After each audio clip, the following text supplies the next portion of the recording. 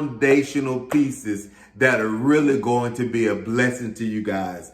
Some of the first things that we're going to touch on is items like respect. Respect is just the beginnings of what you need to start a healthy relationship. Yes, we want to deal with things like trust, establishing trust in a relationship, being truthful, being able to be who you are and oneself. And then we're going to touch on some things like loyalty. Listen, one of the things that you definitely need is loyalty. You can't have a relationship if there is not any loyalty present in that relationship. We're going to talk about learning how to honor one another and what that looks like. And I think you had it down, but we're going to also talk about truths in a relationship, dealing with each other's truths. Yes. So tonight, what we're going to deal with is never lost a battle. That is what we have entitled tonight's sit down with never lost a battle. And what that really says is not that we ourselves have not gone through struggles, not that couples, not that relationships go through struggles.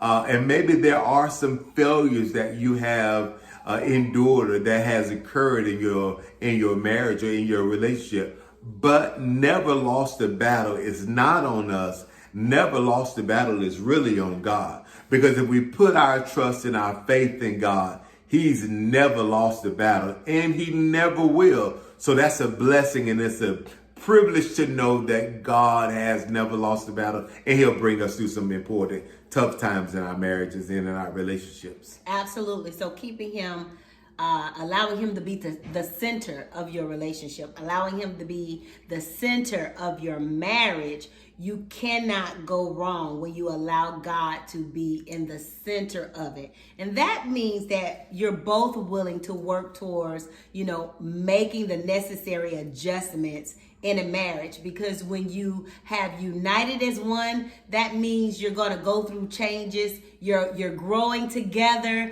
and while you're growing together, there's changes that are happening in each and every one of your lives. There are things that you once desired that you no longer desire anymore. And so how do we do that? By allowing God to be the center of it all. And that allows us to make the necessary adjustments as we grow together. So now, never lost the battle. Really, let's deal with maybe some of the beginning pieces of it. When you open up yourself and you reveal who you actually really are in your marriage, you show up and you be present as you, not anybody else. And what you have to do is really to let your hair down and for you to be you and to expose who you really are. And so sometimes that is showing not just who we are, but some of our hurts, some of our faults, some of our frailties, Definitely. some of the things that we really don't want people to know about. And what I do is when we've counseled or when we've coached marriages, what I tell people at the beginning of your marriage, it's very important that you show up as you and present your past. One of the things we never like to do is uncover our past. But the truth be told, if I'm going to have a life partner, I'm talking about a life partner. I'm not talking about a side piece. I'm not talking about somebody that I'm going to be dealing with for a limited time. But no, somebody that I'm going to be married to. And I got to let my hair down and I got to show who I really am. Because if we're going to be life partners, then 9 times out of 10, there are going to come some times if you continue to cover up.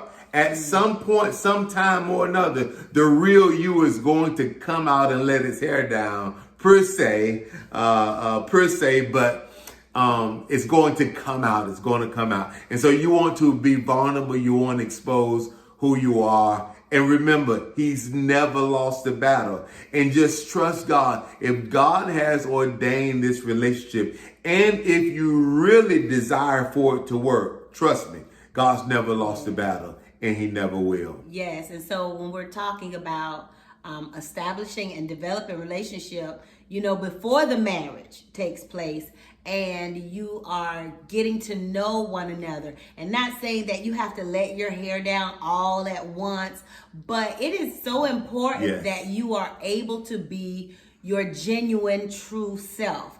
And for those that are, able to be their genuine, true selves, allow you to feel comfortable and free to be who you are, to tell your story, and allow that other person to judge if they're able to accept your story, if they're able to live with your story, because your story goes with you in your marriage, in your commitment, in that relationship. Your story follows you wherever you go.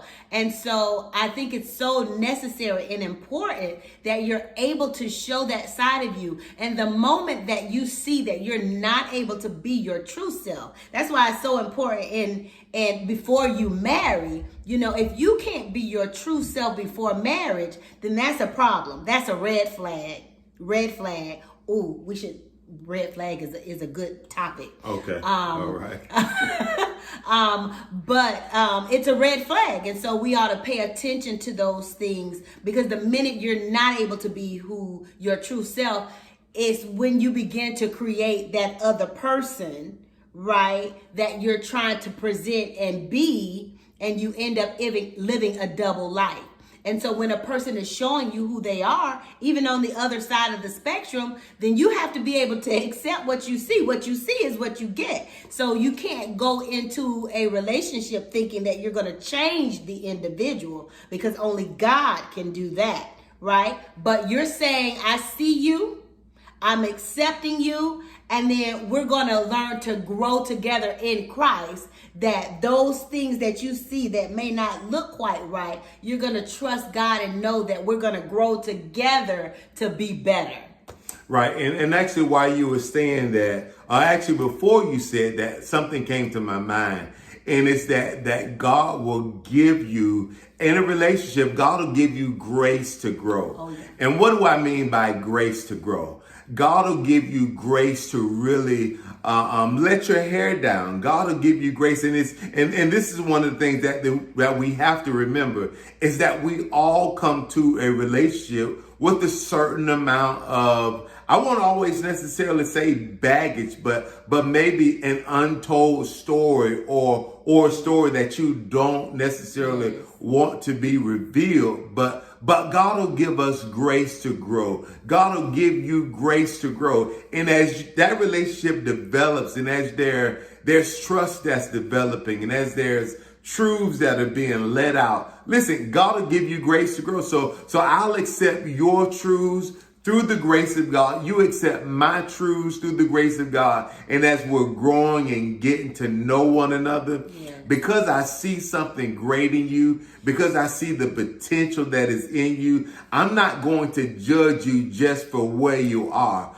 I'm going to look for the possibilities. And when I see the possibilities of what's there, then I pray that God would give me grace to grow, grace to endure some of those moments, grace to iron out some of those wrinkles, some of those quirkiness, some of those things that maybe I really don't like, but God will give me grace to grow with those things. And I'm going to say this last thing. And one of the most important things when it comes down to grace to grow, you really don't want to put yourself in a position where you're changing people. Remember, it's only God that is able to change the heart of a man. And because we're both growing in areas, maybe there's an area in you that's good that I need to be a part of, or maybe I can even grow to that point. And so as I'm giving grace to grow, God has also given me growth opportunities while I'm learning from you.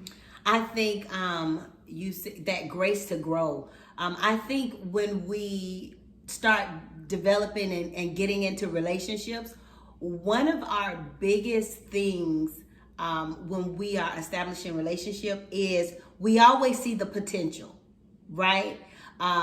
We can see all of the other things around that individual, but for the most part, we capture the fact that there is potential there.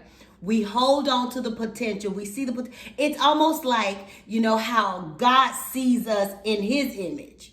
And we may not be fully, where he will have us to be, but he sees us beyond where we see ourselves. And I think when we begin to connect with people, we also see those individuals beyond where they see themselves. And so we hold on to that hope, and we hold on to the point of what we see that will eventually get to experience encounter, those partners in the place and where we visualize them and we see them. I think some of the issues become when that individual doesn't see themselves the way you see them, right? And it takes them a longer time to get to that place and point. And sometimes some people may never get there, but you marry the potential.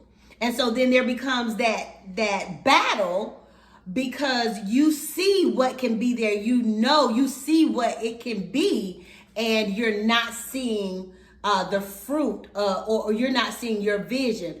And so it's important that when we, again, are establishing a relationship, that we're not just marrying the potential.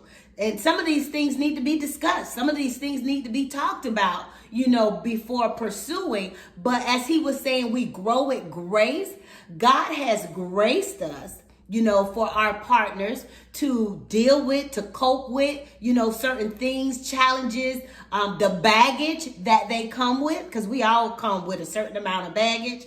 And I do believe that when we allow God to be the center of it, he equips us to be, and he graces us to be able to grow together in those different areas of our lives. Yeah, and one of the things I would also like to call that timepiece, that area that you guys may go through, let's just call it maybe this part, an acceptance era, an acceptance piece in your marriage. And that's not necessarily saying that I'm going to settle for the fact of who you are, but I am going to go through and allow an acceptance portion of this relationship, going into it. And that's simply saying, listen, I see you for who you are, where you are now. I see the great, or I see the potential in you. And so I'm going to accept even the change in the working, in the maturing that God is doing in our life. So many times we judge people past where we even want, for ourselves. But let's allow people to grow in time. Let's allow people to mature in time. And let's not throw away people because I want a finished product now. I just ministered a word this past Sunday, and it talks about if this is all life has to offer, if this is all life has to offer, if this is all a person has to offer, and there's no hope for anything left after that, then maybe you might want to cash your chips in. But because I see greater, because there's a potential there, I'm going to go through that acceptance period and allow you to grow. Just accept things for what they are, not as though that you're settling for as this being the end piece of it. If this is the end piece, then there's no hope, but there's more. And remember, especially if you are a God-fearing couple, then you know that there is a work that is being done in all of us. Yes. Constantly, every day. Every day you should be growing. And so because of that, just knowing that this person is growing, I'm also growing, and we're growing together. And I'm going to have this acceptance heart through this acceptance period. And it simply says that I'm giving us grace to grow. Yes.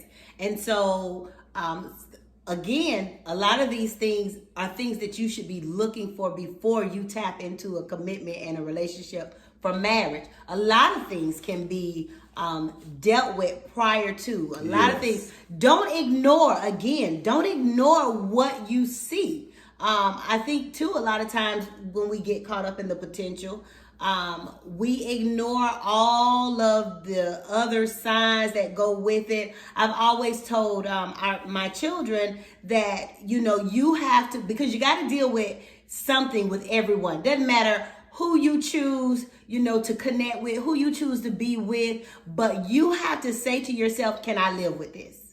Can I live with this? Can I live with this? Is this a deal breaker for me? And sometimes we don't know if we can live with it. We think we can live with it. Or sometimes we think we can live with it because in the back of our minds, we're saying we're going to change it. But that's always a good question to ask yourself. And if it's something that you're saying you can't deal with right now before you say the I do, know that it's not going to change. It'll only get worse, after the I do.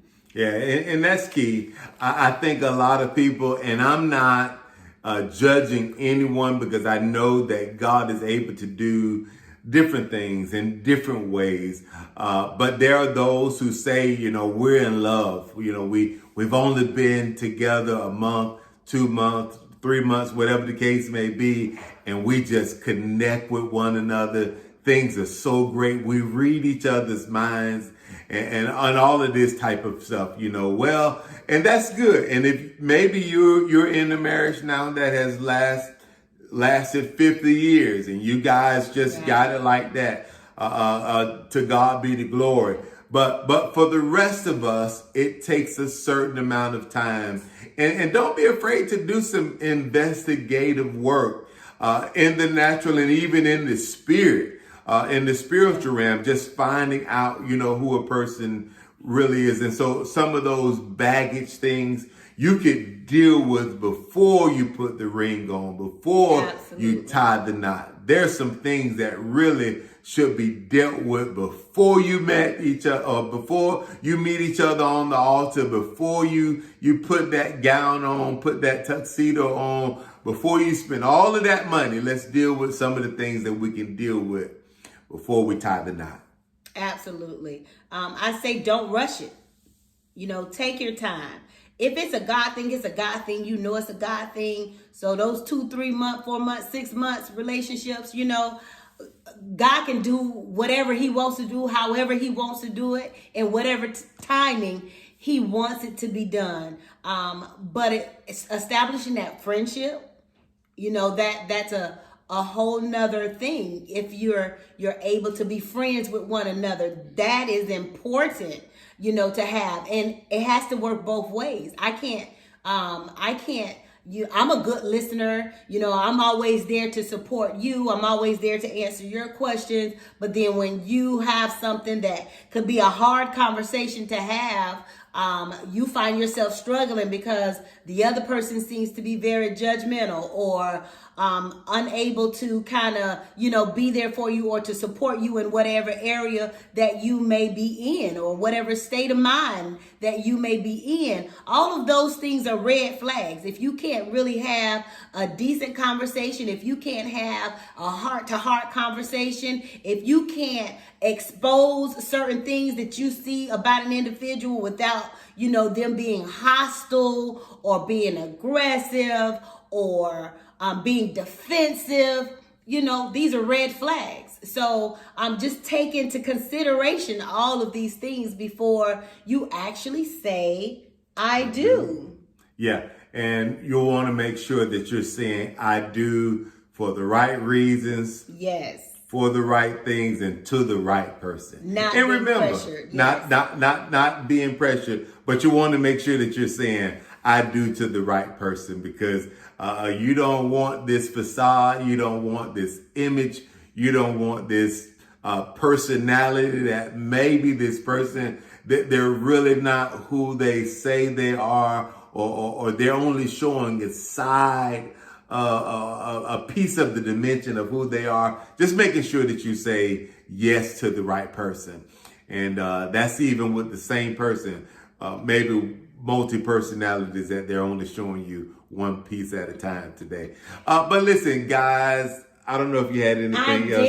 I wanted to add, you said multiple personality or multi whatever that was that you just said. Yes. And that only happens when you can't, I think I mentioned this a little bit earlier, when you can't be your true self, right? So you find yourself being one person with your partner, right? And then you go be your other free self, with another friend or, with your siblings. And that can be very frustrating. That can be draining. And you should be able to have that friendship, that relationship where you don't have to. So if I want to be quirky and corny, because that's a part of my personality, I should be able to be quirky and corny. If I'm frustrated, mean, I should be able to be all of those things, all of those emotional pieces, all of my characteristics. I should be able to share with the one that I have decided to connect with.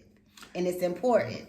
It's it's important. I want to make sure you got everything out. I think so. You got it all out? Well, that's good. Listen, so we are excited about this new season number 2. It's going to get hot. It's going to get heavy. It's going to get uncomfortable in times. And sometimes it's just going to be good. It's going to be easy. You might put on your ball cap, put your night slippers on, and things are just going to be good. But then there are those times when we're going to tackle some demons. We're going to tackle some monsters, and we're going to grow. We're going to get to know each other. We're going to get to know our spouse. And listen, I am praying. We are praying for the health of marriages, for the health of relationships. Absolutely. And I'm saying relationships, not pointing out that we're dealing with single people. We're only targeting really those that are committed to a relationship that's developing into marriage. But remember, we are dealing with, let me make sure I put the right finger up. We are dealing with the ring. And so that is our purpose of being, that's the purpose of the ring, is to make sure that relationships within a marriage or those moving to marriage, making sure those things work. And so we're excited. We're super, super excited about everything that's going to take place. I'm looking to end this thing with a bang. We are going to prep starting from the middle of the series into something that I'm really pushing and desiring to do. And I want you guys to be a part of it at some point at the end, in the middle. I want us to be able to come together as one. And we're going to do something special. We're going to do something cool. We're going to do something fun. And we're going to take season 2 to the next notch. Yes. So again, we're so excited. We do want our marriages to be healthy and whole, because your marriage matters. And if God can do a work in us, surely he can do a work in you. Yes. So we are excited about the opportunities. We're excited about you putting the work in to make your marriage be all that God has designed it to be. So we will see you next time. We will park ourselves every Tuesday while the season is going at 7:15. So won't you join us right here on The Ring? All right. Can't wait to see you. Can't wait to hear from you. Can't wait till we visit again. We love you. We bless all of you guys in Jesus' name. In Jesus' name. Okay. All right. In Jesus' name, we love you guys. Can't wait to see you soon. Be blessed.